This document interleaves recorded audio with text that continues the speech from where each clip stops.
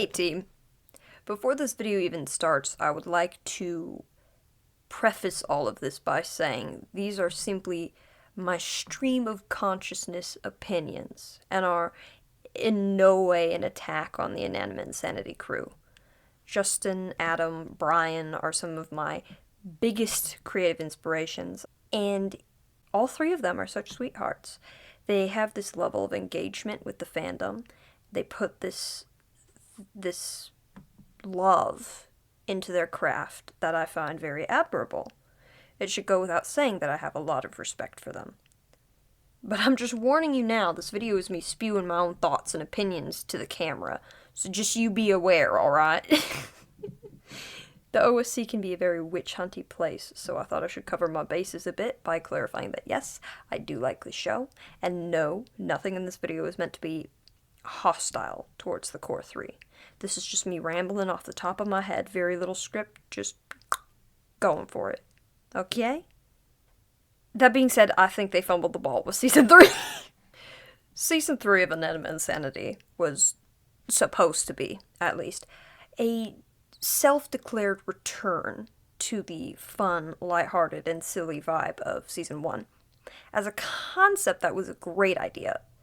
Season 2 had become this, incredible gut-punching narrative. Ooh, right in the gut! And it was really good. And it worked for the story they were trying to tell there. Because the tone shift that took place happened very naturally. The pieces sort of fell together for that. When Season 2 matured, it made sense to me because the characters felt very natural and fitting in these situations because they had matured as the show did. The news that Season 3 was going to run supposedly alongside Season 2 was great because it was originally supposed to be the sort of break from the chaos. But it didn't end up being that. Eventually, Invitational also tried to become this more serious narrative, you could say. And unlike Season 2, there was very little build up to that. Not only did they try to take on more serious topics, but they did it while trying to remain really silly, which did not work, unfortunately. The new members of the cast are solid for the most part, but none of them feel all that compelling in a serious situation, and they weren't given the time or the sort of experience within the show to really get to that point, in my opinion, like the characters in Season 2 did. And I'm going to try to dive into certain plot points and stories within the season and explain why I don't think they work. First and foremost, one of my biggest gripes with this season is whatever they were trying to do with Nickel and Balloon, dude. They could just not decide whether Nickel freaking hated Balloon or not. The best dynamic these two have had throughout the duration of the entire show, all 3 seasons, is the very beginning of Invitational, where they were these sort of frenemies, I would call it. Nickel is still a dick to Balloon, but Balloon is teasing him back and yelling and getting annoyed at him, and it's really funny. It's incredibly fun to watch too, especially knowing their history and everything that happened in Season 2. Those two having sort of a fragile kindness with each other because they're in a team, and a sort of passive aggressiveness it's really good. Oh my god, the episode where Balloon, what did he say? Something like, "Are you sure you didn't vote for yourself?" And Nickel goes, "And pull a balloon." Oh my god. It's the best dynamic they've ever had, and it should have stayed like that. I'm so serious. They had struck gold. But they changed that for some reason. When Nickel tells Test Tube to, keep an eye on Balloon for him, oh no, dude. Oh no. That's how I knew they were going to fumble that plotline. Nickel starts being, overly protective and concerned for Balloon, to levels that I felt like I was reading a yaoi webtoon story. Felt like I was 13 again, and I had opened my Wattpad on my tablet and searched up Nickeloon. Like, why does Nickel turn into kind of a cuck? Sorry. Anyway. Okay. Their plot point, or their plot line, was really about to piss me off when they started having, like, the same talk over and over again, every episode. They'd repeatedly have a serious talk about something together, and then they'd be upset with each other, or be like, I need space, like, we can't do this, and then they'd go back to being friends again. It was really confusing to, like, follow along with, like, do they like each other or not? Are they kissing behind the scenes or not? I need to know. Anyways, it got really predictable and played out and annoying, and I just didn't care anymore, dude. I didn't care anymore. They deviated from the silly frenemies thing, and I tuned it out. I just wanted to grab Balloon by the arm. I want to grab him, look him in the eyes, and say, hey, stop! Hey, you could, look at me. You could do better than him, girl. Sorry. Stupid. And to make all of this plot line that they had going work, they had to derail Nickel's character a fair bit. He was an absolute jerk. A jerk. Which was the appeal of his character. He was appealing because he was an asshole. That's the point, dude.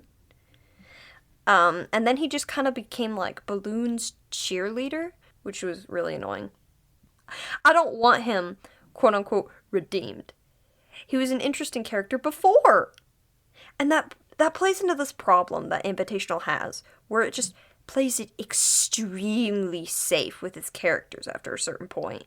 It felt like animation was trying to walk on eggshells, which I believe I know why. But you can let characters be antagonists, dude. You can let them be flawed, and that makes them interesting. You don't have to make them become nice in the end just to reach a conclusion for everyone. Because then they all become the same character. And it isn't nearly as fun or interesting to watch. They don't need to become nice or whatever to have a conclusion or to even have growth. Just look at Silver Spoon.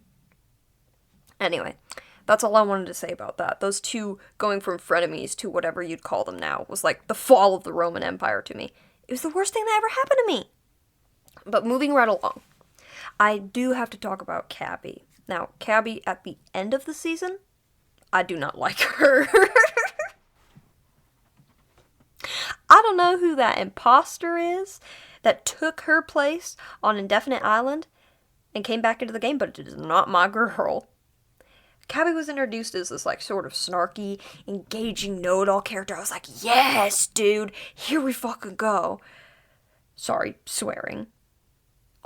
She was almost, well, not even almost. In the beginning of the season, she's very much so this sort of antagonist, which does not mean villain, by the way. She was antagonistic, which is a very good thing, because she's a great antagonist, dude. This passive-aggressiveness that she has towards Test Tube at first is so good. It could have made such a good rivalry. Know-it-all versus know-it-all. We could have had it all. Anyways. Her downfall really starts with, I would say, her sudden alliance with Test Tube that felt like it came out of nowhere. That's when she starts this apologizing for everything. She starts doing that. She starts apologizing for everything. It's this thing that she just starts doing out of nowhere. She goes from being really compelling and interesting to another play-it-safe sort of character. And that was mainly for the sake of explaining that she has a memory disorder, which, hey, you still could have done that with her being an antagonist. These characteristics are not mutually exclusive. In fact, it would have been much cooler for her to reveal that she has a memory disorder while she's filling a more antagonistic role. It gives her a purpose to be playing quote-unquote dirty. It wasn't even that, whatever. She's just playing the game, dude. And here's another problem I have with the specific writing in Invitational that pertains to Cabby. Cabby is labeled, really, as this, like, weirdo and threat because she records information about the other contestants. What? What the freak are you talking about?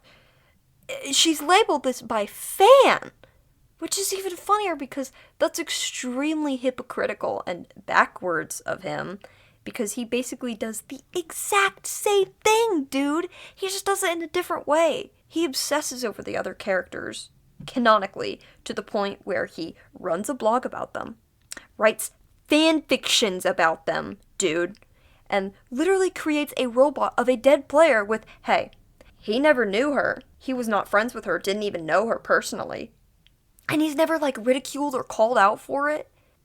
What he's doing is arguably weirder than what Cabby is doing.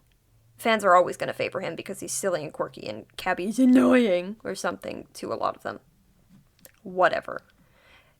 Cabby being an antagonist doesn't even mean that she wouldn't make it to the finale, or that she wouldn't be the winner, or that she still wouldn't choose her prize to be the library. You could still have that happen, dude. You could still make her have friends and care about people. It's just the way she plays the game, and the way she played the game was really, really good. Antagonists reaching the finale is something historically in these types of shows that is really good. Just look at Total Drama World Tour. Get into it, please.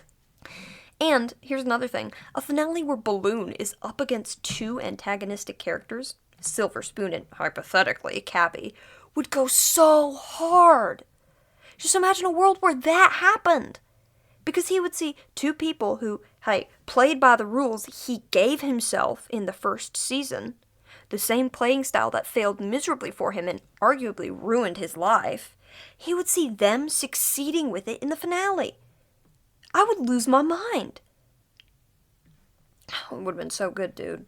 So, yeah, to sum up my thoughts on the Nickel and Balloon situation and the Cabby situation, the issue I have with those is that they just seemed sloppy, I guess you could. I don't even know if sloppy is the right word for it. It just felt as if those characters were changed just to have the character arcs that, in all honesty, I can talk, weren't really needed. It was an attempt at emotional drama, because Inanimate Insanity fans are so used to that from season 2. We've come to expect it. It was also an attempt to sort of add a serious tone to season 3, which, hey, again, doesn't work well and wasn't the original intention. And you can tell that it wasn't. Emotionally driven character arcs and these big serious plot points worked very well in season 2 because it was correctly set up and executed, and there was lore and plot and care put into it. Invitational felt like it only had that drama because that had become the expectation from the fans. And those relative emotional plot points were there because they wanted to make a statement, which is admirable. Wanting to speak out about these experiences and trying to use their platform to inform their younger audiences, which should be a responsibility for these shows that have made it big, that have child audiences online. You should be showing them good behaviors and how to respect people. It's admirable that they were doing that, and I'm not saying that that's a bad thing. But the season wasn't set up properly for serious topics, and I feel like the way they handled Bot coming out and seeking support, but also wanting to be treated the same way they had been before, was a great example of the team handling a serious situation in a way that still fit the tone of the season. Which, sidebar, this is something that I want to compliment, because I don't want this video to be all negative. Bot's identity is something that the crew handled extremely well. And after everything that happened with Paintbrush in season 1, it was extremely refreshing. And actually, Nickel had put it perfectly when he said that screw what he and Balloon think. It was all about Bot discovering themselves on their own time and their own terms and doing it for themselves and nobody else. And they didn't want to make their identity this big spectacle. They didn't want to be treated any differently. They simply wanted to be able to be proud and open about themselves and comfortable in their own skin. And they wanted test tube and fan to understand that and accept them for it. And I think that was done so beautifully. And yeah, I cried a few times over it. Whatever. But the reason that plot line worked, while Balloon and Nichols annoyed me and Cabby's frustrated me, was because Bots was still handled lightheartedly. It still worked for what the crew was going for with Invitational. The other two plot lines just tried to be way too serious, tried to take themselves way too seriously. And with the vibe and the goal of Invitational, I just could not, for the life of me, get into it. I couldn't. Now, with all that out of the way, it's time to talk about the finale episodes. Now, later season 3, I had grown a little frustrated with, and I had stopped watching the episodes as they came out. I was very late to the party on quite a few of these episodes after, like, episode 10. And the ones that I was the most late for were the finale episodes.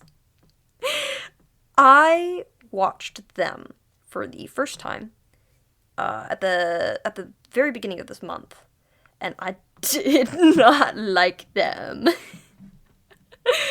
I sat down and I started writing this script the moment I was done with them. I talked about it with my friend Fuchsia, who shared similar thoughts about the season with me, and I sat down and I started writing the script because I had some words to say. First of all, the villains of this season, couldn't care less. And that sounds harsh. I apologize. I don't know why I'm apologizing. It's not like the core 3 are going to see this. It's not like the core 3 are going to see this video and be like, Inanimate Insanity fan complaining about my season? Tap that. But if somehow they do see this, hi guys. Everybody cover your ears, close your eyes, and just start screaming, because this is not for you. This is for the core 3. Hi guys. Love you. Love your work. But I do have some notes. I have some gripes with it, and I do apologize for that. See, anyway, the finale of this season, how about? Okay, so the villains of the finale episodes are all people who have shown up during the run of the season. I get that. Good concept in theory. But they really had no reason to be there. Like, this final boss fight sort of moment that happened didn't fit. Like, I was not sold on the idea that literally anyone, aside from Springy, would hate me phone enough to publicly execute him. Oh my god. And after the season started trying to be more dramatic, I figured, so we're gonna get a dramatic finale. Which they kind of tried to do, but I couldn't take it seriously when the main villain is fucking Springy. Springy is... I got tired of Springy after the one episode they were in. Okay, they were fine for a one-off villain. But I really couldn't get into it twice. Maybe that's just a me thing. Their voice actor is funny as hell, though. Zooey, I was looking at their stuff. Funny as hell. They've done nothing wrong in their life, and they make me giggle, so... Sorry for swearing again. Whatever, dude. Get over it. I'm a grown man with a YouTube channel. I'm gonna say swear word. Anyway. Yeah, this finale did not work for just about the same reasons the entire season did not work for me. They tried to be silly but also very serious, and it ended up making me freak out, and not in a good way. You can't put Dr. Fizz and Tyler Bungard on the screen and also have 4S show up for 2 seconds being serious and bittersweet and expect me to be emotionally moved. Girl, I'm just gonna laugh because it's silly. You've already built a season with the expectation of it not being serious. I can't take it seriously when all this goofy shit is still happening. Now, I do think there is something to be said about Miphone's whole arc going on here, in which he learns to just sort of knock it off. He learns just to chill the hell out. I do think that's a good setup for going back into season 2. But I do wish that my biggest takeaway from the entire season was not that it blends well into the one relevant character for season 2. But that's just, what can you do, you know? There are other things about the season I did like. I liked their commentary on the use of AI in the animation and the writing space. Because it is a topic that it was so good to see them poke fun at it and say, hey, we think this is stupid. Because it is. And that's a serious topic that they took and they made it fun and they made fun of it. And that was a highlight of the season. It was them shitting on that because it was great. And also they had Saber Spark as their guest star for that episode, so really something special there. And like I said, the finale episodes, they just tried to balance the silly and the serious, and it didn't work. Hey, that showdown was between Silver Spoon and Candle? Could not care less. And that upset me, because I care about these two characters so much, and I wanted it to be good. But it was not a satisfying conclusion to their story for me. It was too corny for me to take it seriously, despite how serious it was trying to be. Hey, how many times can I say serious in this video? Let's count them. Drinking game! Anyway, I do love Silver. I love him. With his general consistency throughout the season and his immunity to the wave of removing any sort of negative trait from a character that happened with a lot of the other characters, but also his growth that he did have without changing his personality, I genuinely think he was the best player in the final 3, and he should have won. With the characterization that the finalist players ended up having, he should have won, and I do stand by that. He should have won for his characterization and his personality and the way he played the game, because it was good, in my opinion. The last thing I want to touch on is there are also these inconsistencies in the finale episodes and throughout the season. Inconsistencies like Candle's flame going out in the finale, but then she's fine like 10 minutes later. And there's the walkie-talkie thing. The fact that we never actually got a solid answer to what on God's green earth is going on there. But here's the thing, I don't care what's going on there. Walkie-talkie was never interesting enough for me to care. You want to know a silly character turned dangerous and mysterious that they handled really well? Taco. She's right there. They can pull off silly turned serious right. They just did not do it with this season. Because they tried to make the seriousness also silly, instead of adding the elements of the serious to the silly, or vice versa, for flavor. They didn't do that like they did with season 2. Now, does those sentences make any sort of sense to anyone besides me? Maybe not. But you can deal with it, because it's my video.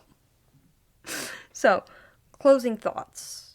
Invitational, in my opinion, should have stuck with the silly and the fun return to season 1, that it was the vibes that it was originally going for, essentially. I think fan expectation, real-world events that happened behind the scenes, sort of influence them to make something more serious. And the resulting shift they took for those things made the season much weaker, as opposed to if they had just stuck with their original vision. It was good for about the first 7 episodes. And there were episodes in the later mix that were good when they stuck to what they were trying to accomplish. But the tipping point, I really do think, was episode 7. That's where they decided to throw in more of the serious plot lines and vibes, and it did not come across well, I'm sad to say. Not for this particular setting and this particular feeling they tried to set up for the season. And I think that's just about all I have to say on it. I know it's been a while since I've had a YouTube video come out, but this one is one that it riled me up, so I had to speak on it. I want to again say I have a great level of respect for the Inanimate Insanity crew. Throughout my interactions in the OSC, I have been friends with multiple crew members, or at least somewhat acquainted with. They're good people, and just because I personally think they fumbled the season a little bit doesn't mean that it's bad for everybody, or that the entire season's bad. And I wish them nothing but the best, and they inspire me every day of my life to go out there and make something. I wouldn't tell you to expect more consistent uploads now. My life has been a little bit hectic, a little bit crazy. But I will try to get some more stuff out. So if there are any other topics you would like to see me cover, particularly in the OSC, Inanimate Insanity, BFDI, HFJ1, Paper Puppets Take Two, just to list a few of the shows I like. You can drop some recommendations. I would love to do some character analyses, whatever the hell. Or just general videos like this one where I talk about something that grinds my gears within a show. So yeah. Hey, Season 2 is going to continue pretty soon here. That's pretty cool. So we'll get to see that soon, and hopefully I'll go to the meetup. Not telling you which location. I don't want y'all to come find me. Anyways, thank you so much for watching. Thank you for sticking around. I appreciate you. Love you with all of my heart. And I mean it. For supporting my channel. And yeah, I think that's just about going to do it for me tonight. I have to go get on a boat and go to the Spoiled Lemon concert. Bye-bye.